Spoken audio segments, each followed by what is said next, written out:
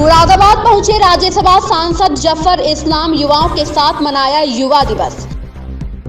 नमस्कार, आप देख रहे हैं यू न्यूज लाइव 24 और मैं हूं आपके साथ ज्योतिका।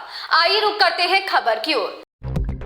उत्तर प्रदेश के जनपद मुरादाबाद पहुंचे जफर इस्लाम ने मुरादाबाद पहुंचकर युवाओं के साथ खेलकूद में हिस्सा लिया और युवाओं को साथ लेकर चलने का आश्वासन दिया। और उन्होंने कहा कि भारतीय जनता पार्टी एक ऐसी पार्टी है जो युवाओं को साथ लेकर चलती है और सबका साथ सबका विकास करती है। उन्होंने कहा कि हमें अपने युवा पर गर्व है कि वे देश में ही नहीं बल्कि देश के बाहर भी बड़ी बड़ी पोस्टों पर कार्य कर रहे हैं। उन्होंने कहा कि भारतीय जनता पार्टी हमेशा युवाओं को बढ़ावा देती है। उन्होंने कहा कि आज पूरे देश में युवा दिवस मनाया जा रहा है। खेल जगत में युवाओं को आगे तक ले जाने का काम करेंगे। इस दौरान प्रेस वार्ता में पत्रकार के सवाल पर राज्यसभा सांसद जफर इस्लाम ने असदुद्दीन ओवैसी पर निशाना साधा और कहा कि अगर ओवैसी का इतिहास देखें तो वह कौमी पॉलिटिक्स करते हैं, मुस्लिम समाज को कटघरे में रखकर खुद की राजनीतिक रोटियां सेकते हैं। जफर इस्लाम ने कहा कि जब भी ऐसे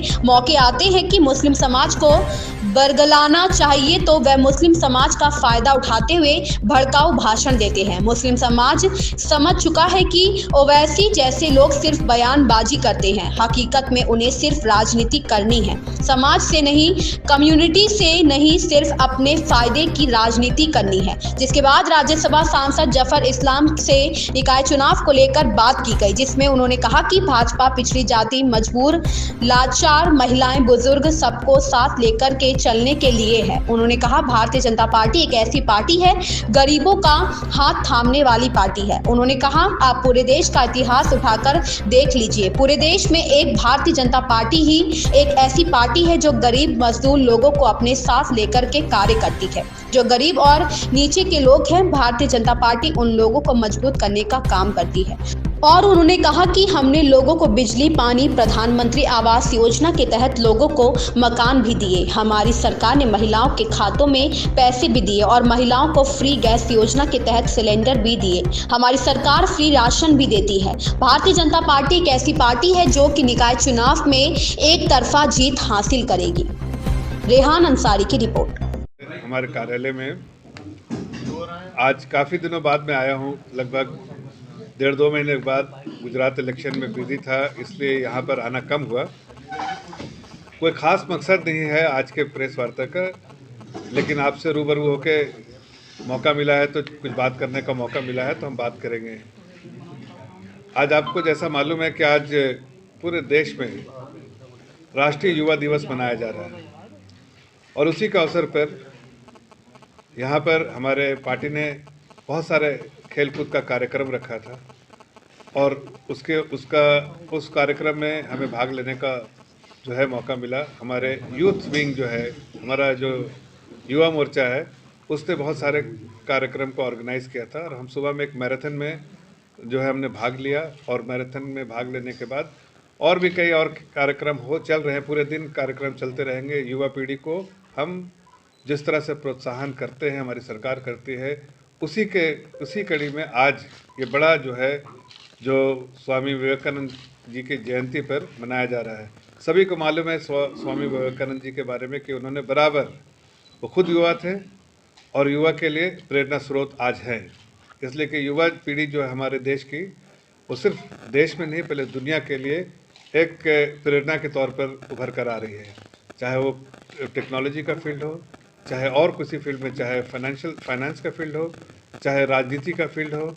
आप देखिए यूके में भी आज यंग प्राइम मिनिस्टर है, वो भी भारतीय मूल का है। और अगर आप देखें दुनिया के बहुत सारे ऐसे बड़ी कंपनियां हैं जिसके भी जो युवा जो सीईओ है वो भारतीय मूल के हैं और भारत के नागरिक आज भी हैं। ऐसे लोग भी वहाँ पर बने हैं सीईओ। इससे समझ में आता है कि भारत में जो प्रतिभा है और जो टैलेंट है उसको उभारने का काम हमारी सरकार बार बार करती है। और इस तरह के कार्यक्रम, खास कर युवा दिवस पे जिस तरह के बड़े कार्यक्रम करती है, उससे लोगों में उत्साह, युवा पीढ़ी में उत्साह जो है वो हम बार बार करने की कोशिश करते हैं। खेल जगत में आप देखिए युवा पीढ़ी अच्छा कर रही है। आप पॉलिटिक्स की जगत में देखिए युवा पीढ़ी अच्छा कर रही है। आप अगर टेक्नोलॉजी के फील्ड में देखें, युवा पीढ़ी अच्छा कर रही है। आप मेडिकल साइंस के फील्ड में देखिए, युवा पीढ़ी अच्छा करता है। आप साइंटिस्ट देखिए, एक से एक साइंटिस्ट जो है हमारे देश, हमारे भारतीय मुल्क के पूरे दुनिया में।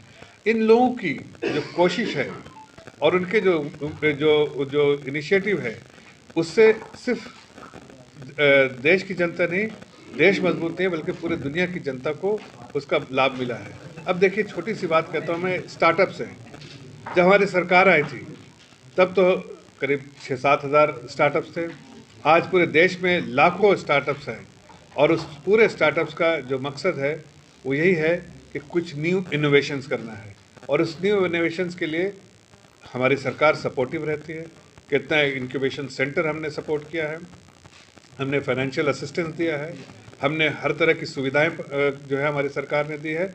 और उसका कारण है कि आज बहुत सारे ऐसे स्टार्टअप्स हैं जो $1 बिलियन वाली कंपनी दुनिया में उभर कर आई है, और उसका श्रेय हमारे युवा पीढ़ी को जाता है, जिसके लिए देश पूरे तौर से, हमारी सरकार, हमारा देश पूरे तौर से उनके लिए समर्पित है। इसलिए कि उनकी प्रतिभाओं की वजह से देश आगे बढ़ रहा है। हमारी उम्मीद भी है हमारी युवा पीढ़ी से। इसलिए हमारे आदरणीय प्रधानमंत्री जी, देश के प्रधानमंत्री जी ने युवा पीढ़ी को हर समय प्रोत्साहन दिया है, सपोर्ट किया है और मोटिवेट किया है, और एक गाइड की तरह उन्हें लीड किया है। आप